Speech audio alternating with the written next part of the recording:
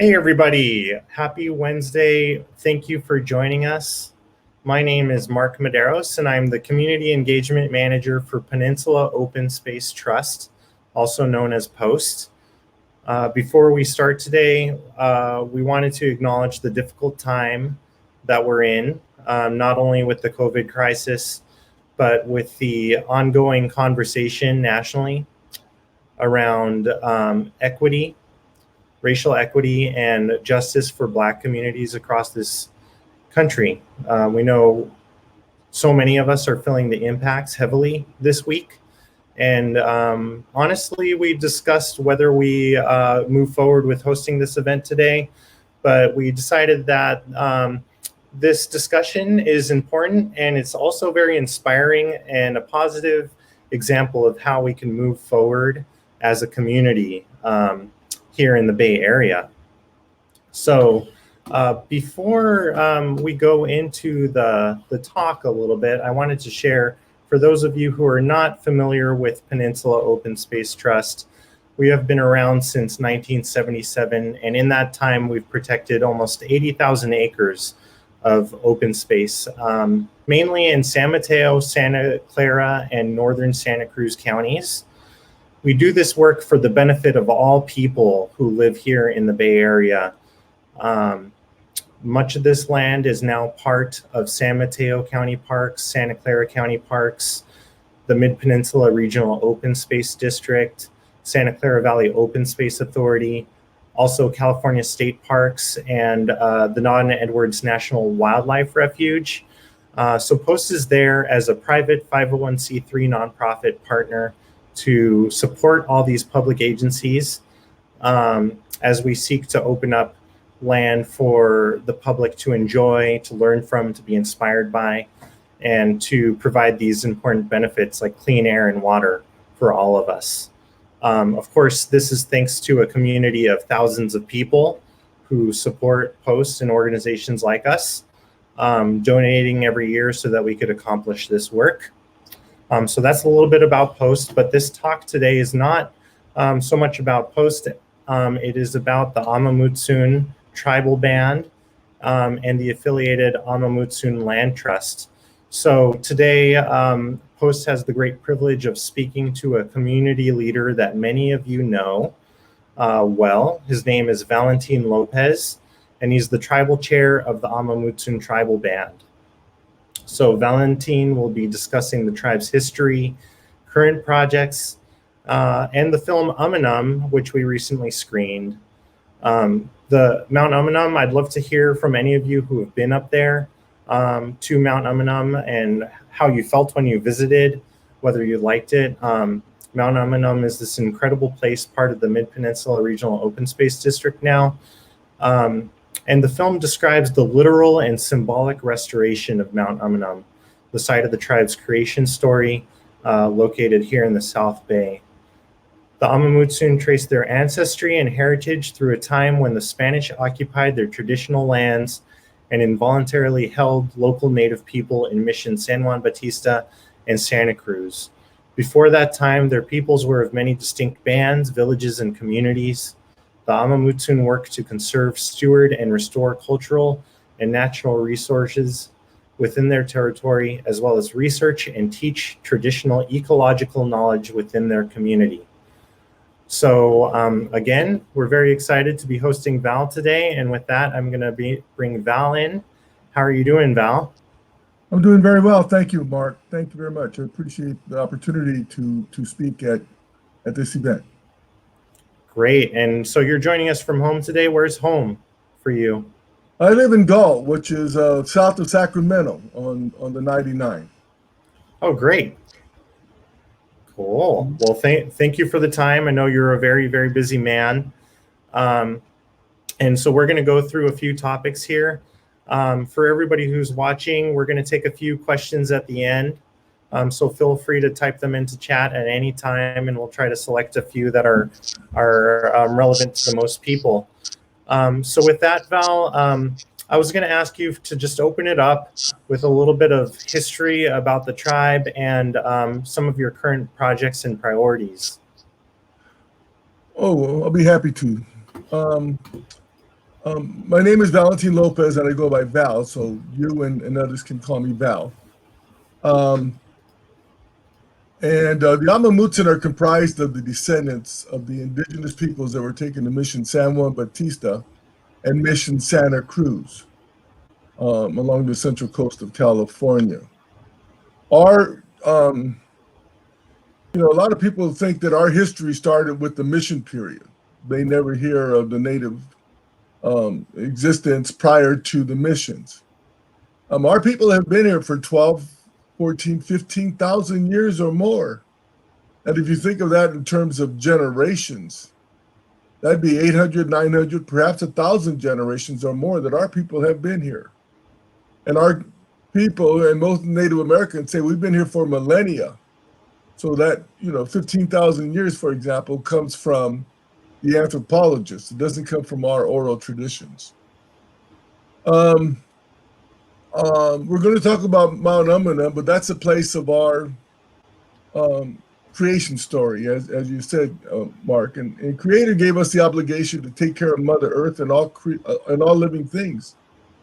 And so for those 15,000 years, that's exactly what our people did. They learned how to take care of landscapes, how to take care of fire, how to use fire, recognize fire as a tool with many, many purposes. Recognize that all plants must take care of a community.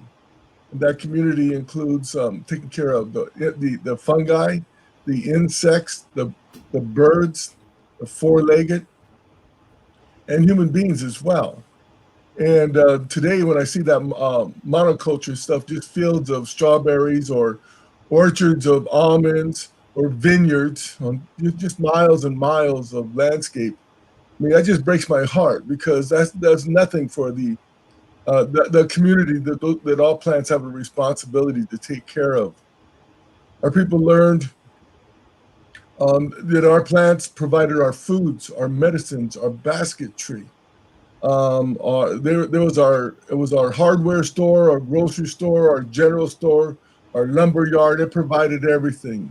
The plants in the hillsides and the mountains. Our people learned, most importantly, that all lands are sacred. They were given to us by Creator, and because Creator created them and created us, the lands are sacred and we're sacred. And we have an obligation to maintain that sacredness. Our people learned about ceremony and prayer. We had ceremonies to keep balance in the 4 seasons, to have prayer to call the geese back and have their landscapes ready for them when it was time for them to migrate, so they had plenty of food so they can continue their journey. The bears in our territory did not hibernate. And so we had a responsibility to make sure that the bears had a food resource year round. And our people, if you have 15,000, if you have 800 generations to 1,000 generations of each generation seeking knowledge of the world that they live in, they learn a tremendous amount. But then came the mission period. And the missions, a lot of people think they came to fulfill the directive. They came to evangelize in the name of Jesus Christ. But nothing could be further than the truth. They came to fulfill these papal bulls, the directive of the papal bulls. And that papal bull said that all indigenous people are heathens, pagans, savages, that we have no soul. And if we have no soul, that means we were not human beings. And so no matter how they treated us, if they enslaved us, if they whipped us, brutalized us, killed us, raped us, it wasn't a sin. Because we were not human beings, we had no soul, and therefore it wasn't a sin. As a consequence of those papal bulls, indigenous people from around the world, they sought to take their, to discover their lands and to take their lands. As a moral authority given to them by the church, and also to enslave the people. And the last one of the papal bulls in 1492 is known as the doctrine of discovery. And that doctrine of discovery says that indigenous people must convert to be citizens of Spain or whatever European country discovered them. It could be Portugal, France, England, it could be whatever. They must convert to Christianity or the Catholic Church, and they must be converted to Catholics. And if they did not accept that, they were to be killed. And so millions and millions of indigenous people died as a result of that. And that, for us here, is what the Spanish Inquisition was all about.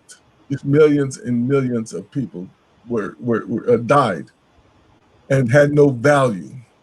And so when the missions came in, they came in to fulfill the directive of the Catholic Church. We were to be converted and become citizens of Spain. And if we didn't accept that, we were killed. And over 350,000 Indians over 200,000 Indians were killed during that mission period as a result of brutality and etc.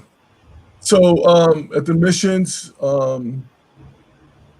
we were enslaved. We could not. They say that we came in voluntarily. That's not true. They sent soldiers out to capture the Indians. Then they would tie them together and then force them to march into the missions. A good friend of mine is Bishop Quinn. He's retired Bishop of Sacramento. And Bishop Quinn, I was talking to him about this one time, and he said if those missionaries, if they wanted to evangelize in the name of Jesus Christ, they should have read the Bible. He says, when you read the book of the Good Samaritan, that's how you evangelize in the name of Jesus. You evangelize with words, with love, with patience, and with gentleness. That's how you evangelize. You don't evangelize with horses, with weapons, with aggression, with brutality. That does not exist in the Bible. And that's the way they tried to convert us to Christianity and to be citizens of Spain. The mission period is followed by the Mexican period. The Mexican period, what they did is they wanted to turn California into these huge ranchos that had tremendous herds of cattle and horses and sheep and pigs. And that destroyed our environment. They thought our grazing grasses and our food plants and our plants for medicines, etc. They thought they were inferior. So they bring in their plants and their seeds from Europe and from Spain primarily at that time. And, they spread them here. And because their plants don't have to take care of that community like our plants, they grow a lot faster. And so they quickly shaded out our native plants and they took over. Today, when you look at landscapes in California, 96% of those landscapes are non-native. Mm-hmm. They put their animals near the springs where the water flows, so that so the animals would have water. But that people were still using those wells. There's a story at Mission Santa Clara where they put cattle at a spring near the mission there in Santa Clara. And 25 Indian children, all under the babies, all under the age of 2, got sick and died as a result of drinking the contaminated water. And it didn't matter. They didn't have souls. They were not, and therefore they it wasn't a sin. And so then that was followed by the American period. And the American period was extremely brutal, and particularly for the gold rush natives who lived in the hills where the gold was, because greed and dominance took over, and people by the hundreds of thousands were coming to the United States from around the world and from across the United States to go up to the mountains to stake their claim. And at that time, the Indians started resisting and doing their best to keep those people off those lands. And so there was an Indian problem, and so the governor passed a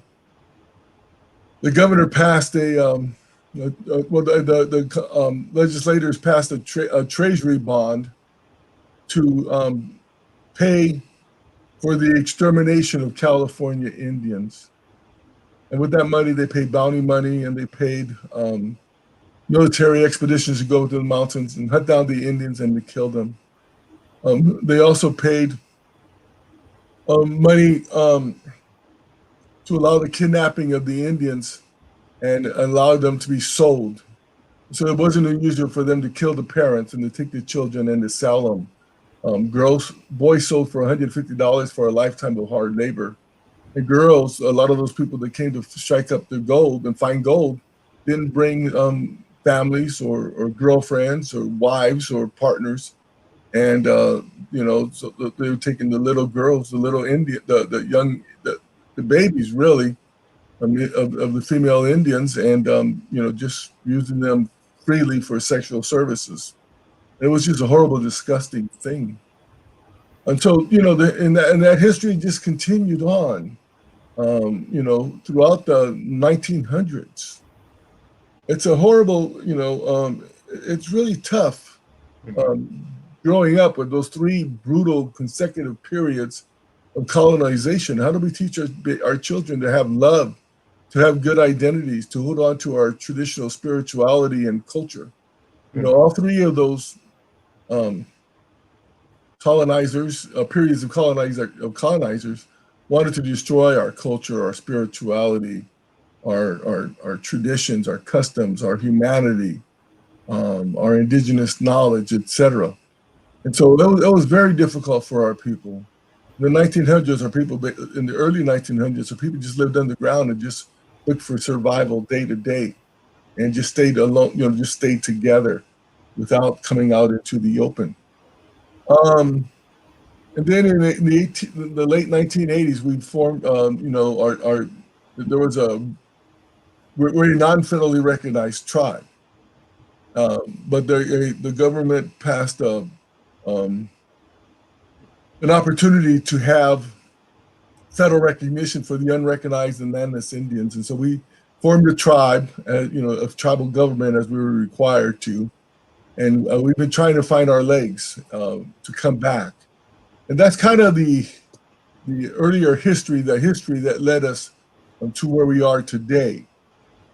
So, so I'll let you ask the next question, because I can go on forever, as you know. Thank you, Val. I so very much appreciate you sharing that. It takes a lot of energy, I imagine, to share that and to repeat that. And just as somebody within the conservation community, I just feel so strongly, about that need to not forget history, to repeat that story, so people don't understand the context that we're in now, where we're at, because it impacts heavily what is going on now here in the Bay Area, of course. I did want to pause on this map I had brought up a second ago when you first started talking, and this is from your website. And I just wanted to discuss it really quickly before talking about some of the tribe's current priorities. This map, the way I see it is it's trying to depict, what the historical territories of many, many different tribes in the area would have been, before the Spanish, and what they continue to be now, obviously. But can you say a little bit about this map for people who don't realize how diverse and complex the Native communities are here?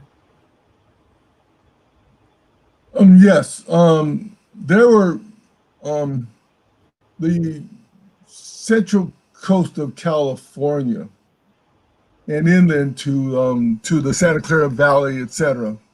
That was the most populated area in North America at one time and at first contact. A lot of people do not realize that. Because the mission people wiped them all out, they never saw them. But if you look at the climate, if you look at the resources, if you look at the availability of water and plants, etc., that's a paradise. It's an absolute paradise that way. And our people managed and stewarded that land and kept it a paradise for all those years. But that's right here is just a tribe of tribal villages. And I can tell you there's a lot more tribal villages than what's on this map today. You know, the Indians that were taken to the missions, that's where this information comes from, the mission records. But there's a lot of tribes that never made it to the missions. Either they took off and fled, or like this one tribe I know of, they were being brought in and they sat down and refused to go any further, and they were all murdered by the Spanish soldiers because they refused to go any further. They refused to go to the missions. And so those Indians aren't reported at the mission. But that death was probably about 200 to 250 Indians from that one tribal village. Mm-hmm. The other thing on those tribes, there was a lot of villages associated with each one of those tribes. You know, because as the population would grow, they would splinter off, and they'd stay within. You know, they would stay within the main village site, but they'd have their own villages and stuff like that associated with with those tribes. Mm-hmm. And so there was a lot more tribal tribes than what you see there in that map. Mm-hmm. Well, thanks. Let me say one more thing about tribes. At Mission San Juan Bautista, our tribal historian, Ed Ketchum, he counted how many different tribes were taken to Mission San Juan Bautista. And over 84 tribes were taken to Mission San Juan Bautista. 84 tribes. And those tribes were brought from as far away as beyond Fresno, beyond Corisco, and up at or very near the Stanislaus. So, I mean, they were going, the death rates of the missions were so high, they were going to have to go out and recruit or capture Indians, more and more Indians to bring them. They had to go further and further out each year. So that's another story about that map, is that that's not the complete map of who were taking to San Juan Bautista. Yeah, I wanted to pause on that for a second because it's hard to even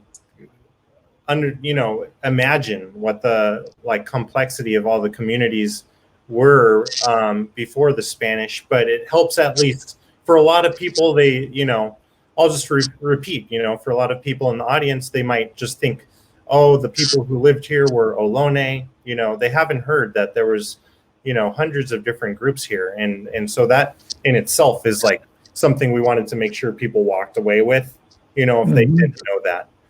And so, that's a very difficult history. And then we come into the early 1900s to present 2020. And there's a lot in that history that is about resiliency and strength and power, of your family and your people. And it's really inspiring where you've come to now, with doing so many impactful different projects throughout your area. And I have some slides to show the folks who are doing stewardship work in your tribe. But I wanted to just ask generally before we talk a little bit about stewardship and native stewardship and ecological knowledge. Is there anything you want to say just broadly about the tribe's current goals, overall? Yes. Thank you for that question. In 2006, we were, I was elected chair in 2003. And in 2006, tribal elders came to tribal council, and they said our creation story tells us that we have a sacred obligation to take care of Mother Earth and all living things within our traditional territory. They say we have to find a way to get back to that. Man, I go, wow, how the heck are we going to do that? The majority of the members, including myself, cannot afford to live in our territory. Growing up, our people were living on ranches and tents, and then as the economy in the Santa Clara Valley and the Bay Area changed, agriculture went away. They started selling those ranch lands for ranchettes or development or highways or housing, its developments, etc.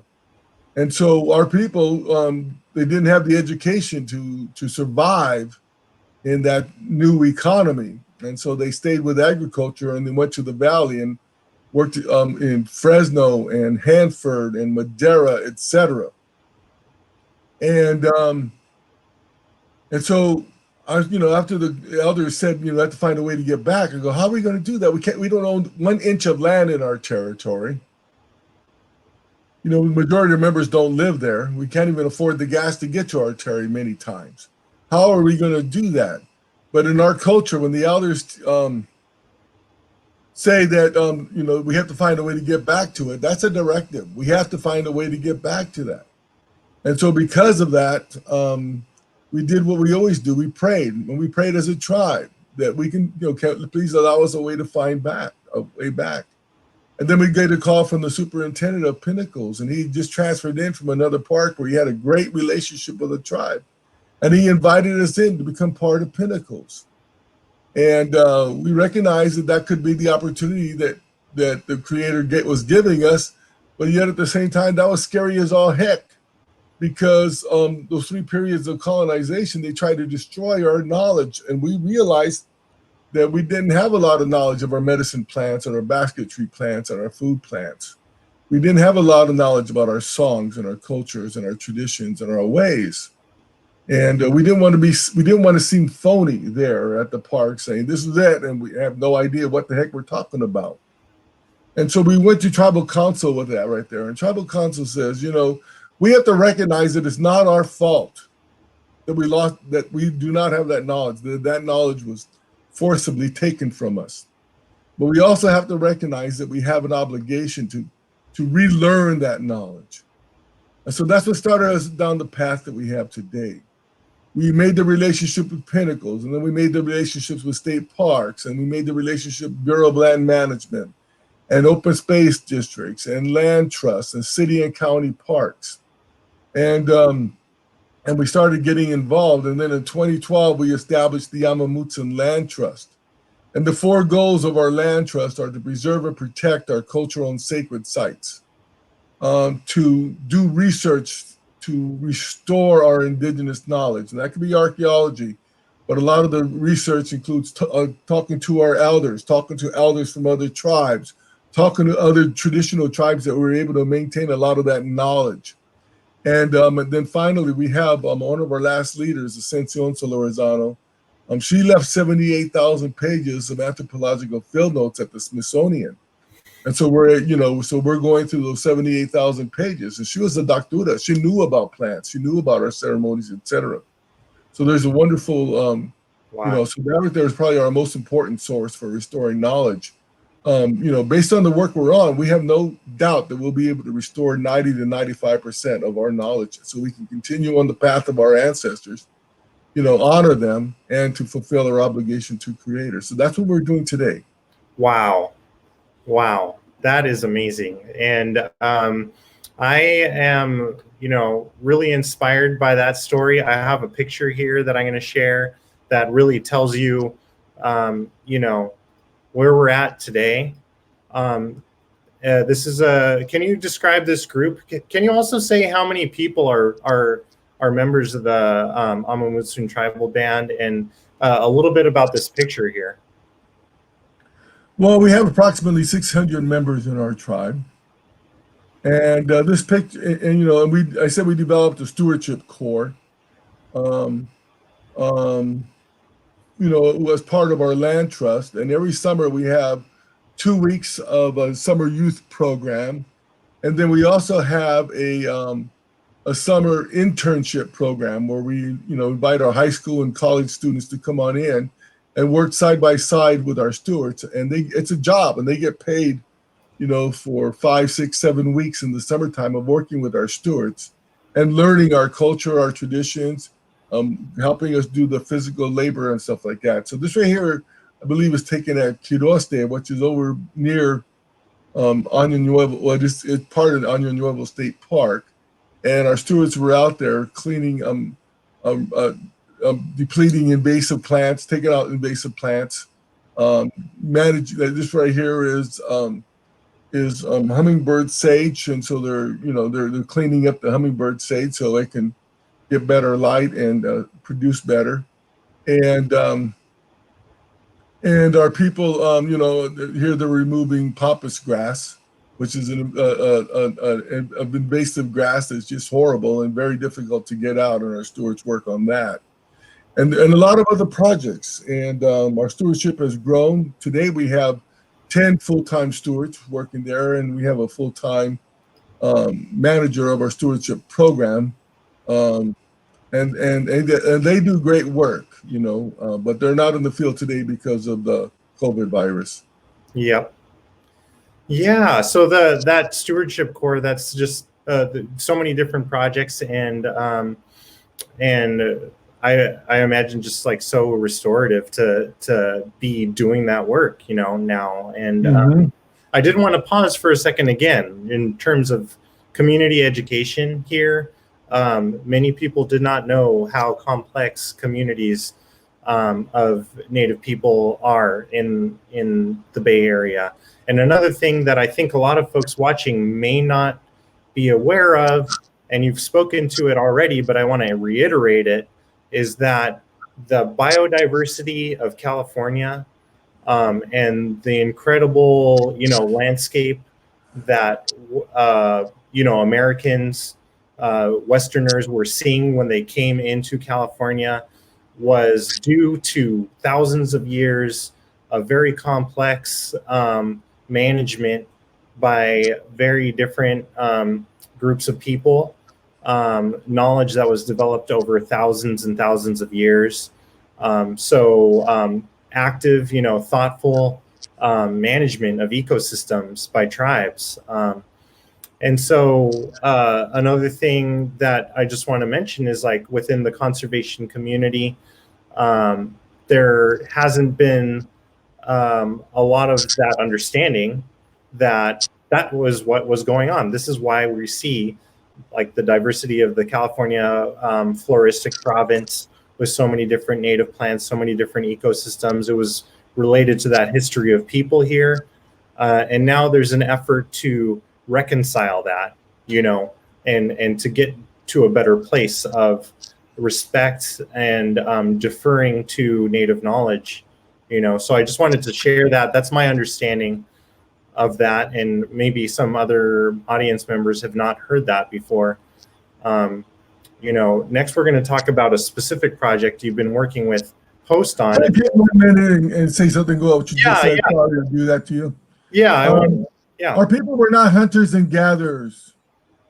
That right there is actually insulting when people refer to us and our ancestors as hunters and gatherers. That means that they were just random. They didn't know what the heck they were doing. Our people very intentionally managed these landscapes. And when those early explorers came down, you read those logs and those journals of theirs, they look at the mountain and say it was just a mosaic of different colors of the different plants and stuff like that. And it was a park-like setting. And they talked about how beautiful that landscape was. And they thought that was just happened randomly or coincidentally or something like that. They never put 2 + 2 together to understand that those landscapes were intentionally managed and stewarded to achieve that benefits that was there, And so one of the first things the missions did when they came here, they outlawed burning. The Mexican outlawed burning, and the American period, as you know, has outlawed burning. And that burning is what maintained that coastal prairie that was at Santa Cruz or the central coast of California, rather. And that central coast of California was the most biodiverse landscape north of California. Once they took away fire from there, the shrubland started coming in. And then the trees and the redwoods and just encroaching and they just suffocated and eliminated that coastal prairie and all of that biodiversity. So that's a lot of what our tribe is trying to, our tribe and our land trust is trying to do now, is to restore traditional landscapes, and that is not easy work. A lot of times you have to do it one tree at a time, But it took us 7 generations to get here. It'll take us 7 generations to get back. That's what we need to do. Thank you. Yeah, and I'm glad we touched on that because, like I said, I think a lot of people are not aware of that, And speaking about fire, I think a lot more people understand the importance of fire now in California landscapes. And this is a topic that we, of course, talk a lot about at Peninsula Open Space Trust. I mean, any of the local agencies or other land trusts that manage land have to be talking about, fire in California. And it's a tricky thing because of where we're at with our ecosystems, having been so overgrown over the past 100 years and longer. But there are efforts to restore fire to the landscape and partnering with you and the Amah Mutsun and other groups. So this is a picture of an area of San Vicente redwoods, which post protected with a variety of other partners in the area. A really important conservation partnership between many groups.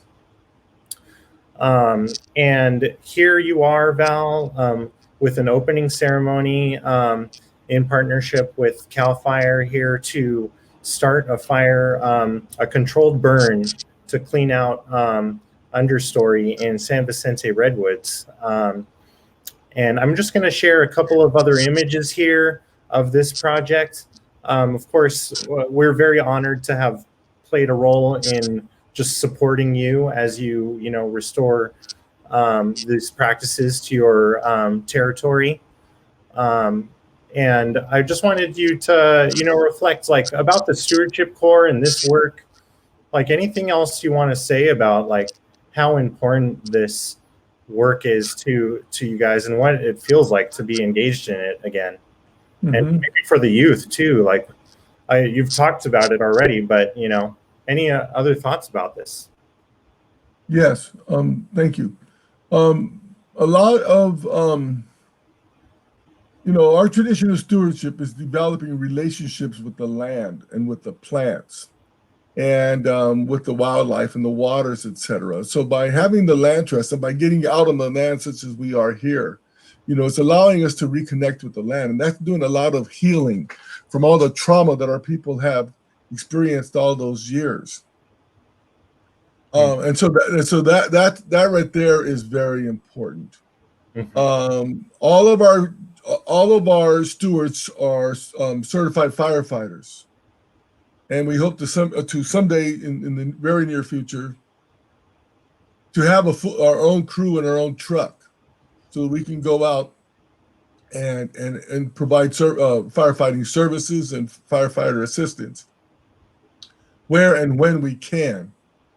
And so once that initial fuel load is eliminated, that first fire is always the most dangerous because there's just so darn much fuel there. So what we're doing now is we're going out with chainsaws and other equipment and cutting it down and putting it in piles so that we're burning piles.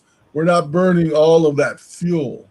But once that is done and once that huge fuel load is eliminated, if you put a regular regimen of burning every 3 years, every 5 years, as an example, that fire will just creep along the ground, very low intensity, not hot enough to catch catch most trees on fire, for example. You do want to go out and prune all the low-hanging limbs, the ladders, the ladder fuels. You need to eliminate that so those things don't catch on fire and then put the flames up in the tree. But the fuel, a lot of the flames, they stay low in the 6 to 12 inch area, and we just watch it very carefully. All of our fires, all the burnings that we do has CAL FIRE there, and we work together on that. So to do it in a safe way. But then that fire is also important because that fire, it kills the insects and other stuff that's harmful to the trees. And when that smoke goes up into the tree, it chokes out the insects that are in the tree, and it makes the trees a lot healthier. And it also smudges a tree and blesses them. And so our fires have a spiritual aspect to it as well. So that's a big part about fire. And now returning to the landscapes, our stewards are developing a lot of skills, both traditional skills and contemporary skills regarding stewardship. And it's restoring a lot of the self-esteem, a lot of their identity, and a lot of knowledge and skills that are valuable and skills that are marketable, and it's helping our tribe tremendously. And so, and we, for us to continue, we need the support of the communities, though. So that's another important aspect of all that we do. Yeah, and I've had the privilege just to meet very briefly some of your youth leaders, and I'm just so excited about where y'all are going to go from here. It's just obviously going to be even more positive work. So with that, Val, I wanted to reserve a few minutes here to talk about something very important, which is Mount Umunhum. And many people have visited and are aware of what's happened recently with Amah Mutsun Tribal Band having more say in what happens on the top of Mount Umunhum through a partnership with Midpen. And many people have visited already. We screened this film, Umunhum, which describes the story. And I kind of want to encourage people to watch that film to get the longer version of the story. But I wanted to ask you about Umunhum and just say, to those people who are going to visit Umunhum, is there anything you want them to keep in mind, about visiting that place? Mount Umunhum is a sacred site. It's a home of our creation. Umunhum translates to the place of the hummingbird, and the hummingbird is a very central part of our creation story. And in our culture, when people needed to pray, they go to mountaintops so they can be closer to Creator and have Creator better understand what their prayers are and their needs and stuff like that. But when things, when they needed a more serious or more heartfelt prayer, they would have to work to get to the top of Mount Umunhum, but they would work and go to the top of Mount Umunhum to pray, to be closer to Creator, and that was the tallest point in the area. So they would go up there and to pray, and to ask Creator for healing, to ask Creator for renewal, to ask Creator to take care of their families or people that were sick or the people that were lost, etc. Mount Umunhum was a very important place. And so whenever Mid-Peninsula Open Space District, I believe, whenever they invited us to come on in and talk to them about what we would like to have at Mount Umunhum, they recognized us as a stakeholder of the mountain. We were shocked. We never thought that we'd be included like that. But we went in, and when we first met with the tribal council and talked about Mount Umunhum, and they said that's a place for prayer. We need to restore Mount Umunhum as a destination place for prayer, but not just for our tribe, but for all people. And so that's the kind of the message that we want to get to everyone, is that Mount Umunhum, we see it as a destination place for prayer. When you need to be close to Creator, when you need a little solitude and quiet, and to get away from all the everyday pressures and stresses and stuff like that, and you need to really focus and pay attention, that's the place to go. And you can feel the special place it is, the power and the sacredness of the mountain there, and in that circle as well. when we pray, we always pray to the 4 directions. And we pray, and that right there is to have balance to the north, the south, the east, and the west. And that prayer circle allows us to do that. And it allows everyone to do that. Yeah, and we're going to reserve a few minutes at the end for any questions. So now's a good time to repeat or think of any questions that you have for Val. But had a couple of pictures of the space that you all developed at Umunhum for prayer and for ceremony. So that's an image of that, and this is from. Could you share what ceremony this was, or a little bit about what when you all are praying and what you're doing there in terms of your own ceremony and all that? Well, it's very seldom that we'll have a ceremony or a dance where people are allowed to take pictures or the public is welcome. But the opening of Mount Umunhum, we invited some people to join us there at Mount Umunhum for the opening and to pray with us and to hold ceremony with us. So what's happening here is our dancers are there, and as I said, it's very unusual to have people from the public there, but we did have the public there, and we were just thanking Creator for allowing us to find a path back to Mount Umunhum, and thanking Creator for allowing us to share it with others, and to give thanks to Midpen for inviting us to be part of that, because they didn't have to do that, and to thank Creator for giving us the massive and the difficult obligation to take care of Mother Earth and all things, and asking that we, our tribe and our work that we're doing allows us to fulfill that sacred obligation. And so that's what that day was. That's beautiful, Val. Thank you. Yeah, so we'll take a minute or two for any questions from the audience, and folks are probably thinking about their questions. I have another one that I think might be helpful for people. Another thing that a lot of folks who are watching may know already, but just to reiterate, we don't have federally recognized tribes right here in the Bay Area, right? And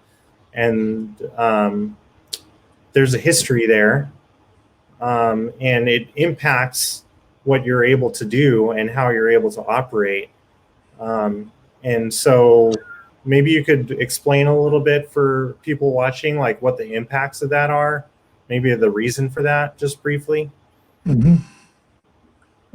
be happy to do that. Our tribe is federally unrecognized, as you said, and all of the tribes in our territory are federally unrecognized. Our tribe, in 1851, just after the gold rush, a lot of these people from outside California were coming here to stake their claim to riches. That created a problem. And so the federal government solution to that problem was to sign Indian treaty. And so these commissioners from the Department of the Army, believe it or not, that's who the BIA was under at that time, was the Indian Services, was under the Department of the Military or the Army. And they came out here and negotiated treaties with the California Indians. And our tribe was part of that negotiation process. And what those treaties were going to allow was the 18 reservations spread over 8.5 million acres, mostly in Central California. Well, our tribe signed that treaty, as did many other California tribes. And whenever that treaty went to Washington, D.C. to be ratified, the state of California said, we don't want that treaty ratified. They passed, they passed a proclamation or declaration asking that the Senate and the president to not sign it. And then with that, they took it to Washington, D.C. with a group of lobbyists to lobby the senators and the president to not sign it. The president of the United States then ordered that that treaty be sealed for 50 years.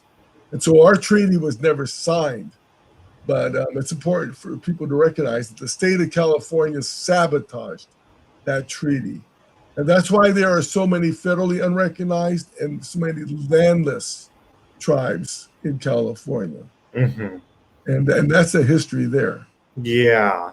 And, obviously you could only imagine how many impacts that has in terms of legal processes and funding and all sorts of issues. And so that's something for all of us to keep in mind who live here, in terms of our responsibility to support, our local tribes in that particular context. That's very important. I wanted to take, I thought there was a really nice follow-up question about Mount Umunhum from somebody in the audience, Carly. And maybe you'll have specifics, maybe you won't, but she was just asking, especially after hearing you talk about Umunhum as a place for prayer, is there anything more you want to share or recommend about what to do or not to do when you're visiting Umunhum? Maybe you have a thought there, maybe not. Well, we have protocols for tribal members. If you're going to go up there, be clean, alcohol and drug wise. Be clean for at least at least 24 hours, or longer. When you're going up there, women should dress modestly. If possible, wear a long skirt and have their arms covered. When we go up there, you want to prepare yourself for there. You don't want to go there and just, take a look around and see what's there and just, do a quick walkthrough. People do that, and hopefully they'll learn otherwise. But, recognize it as a place for prayer. So prepare yourself for prayer. Don't just go and then start praying there. Think about what's really important in your life. If you have a sick elder and your mother, your grandmother or grandfather, etc., or a child or a cousin, think about that thing, about that person. Or if you have a really strong aspiration that you want to ask Creator to watch over you for, think about that. What we do when we have our dances and stuff like that, people go there to give up their a lot of times it's to give up pain, give up their anxieties, give up their fears, share their hopes and their dreams, and to recognize the importance of that relationship, to have a relationship with Creator. And as part of that relationship, when you go there and pray, but you also want to just have silence too, and listen to Creator. Creator will talk to you and will help you. When you go there, Creator understands your prayers, and not just the prayers from your mouth. Creator understands the prayers that are in your heart, the prayers that are in your mind that are unspoken. The Creator that's the prayer, the needs and the desires of your body, and the needs and desires of your spirit. And so be prepared to give all that up to Creator when you go there. That's very important. Thank you, Val. So that is a wonderful way to end, is with those thoughts. If you haven't been to Mount Umunhum, I encourage you to go. It's a very powerful experience. And before we go, I wanted to make sure to have some time, and I'm going to put your website there on the screen. So I want to encourage everybody in the audience who's watching here, and maybe we could post that additional link to the GoFundMe in chat. But I want to encourage all of you to consider, donating to the Amah Mutsun Tribal Band to help them with this work with the Stewardship Corps, with protecting their sacred lands and all the other projects that they're doing. We have to do our best as a community to support. And we also posted a link to a campaign going on to support tribal members through this COVID-19 crisis. So you'll see that in chat if you're willing to support there. Is there anything else you want to share about how folks can support you, Val, right now? Well, they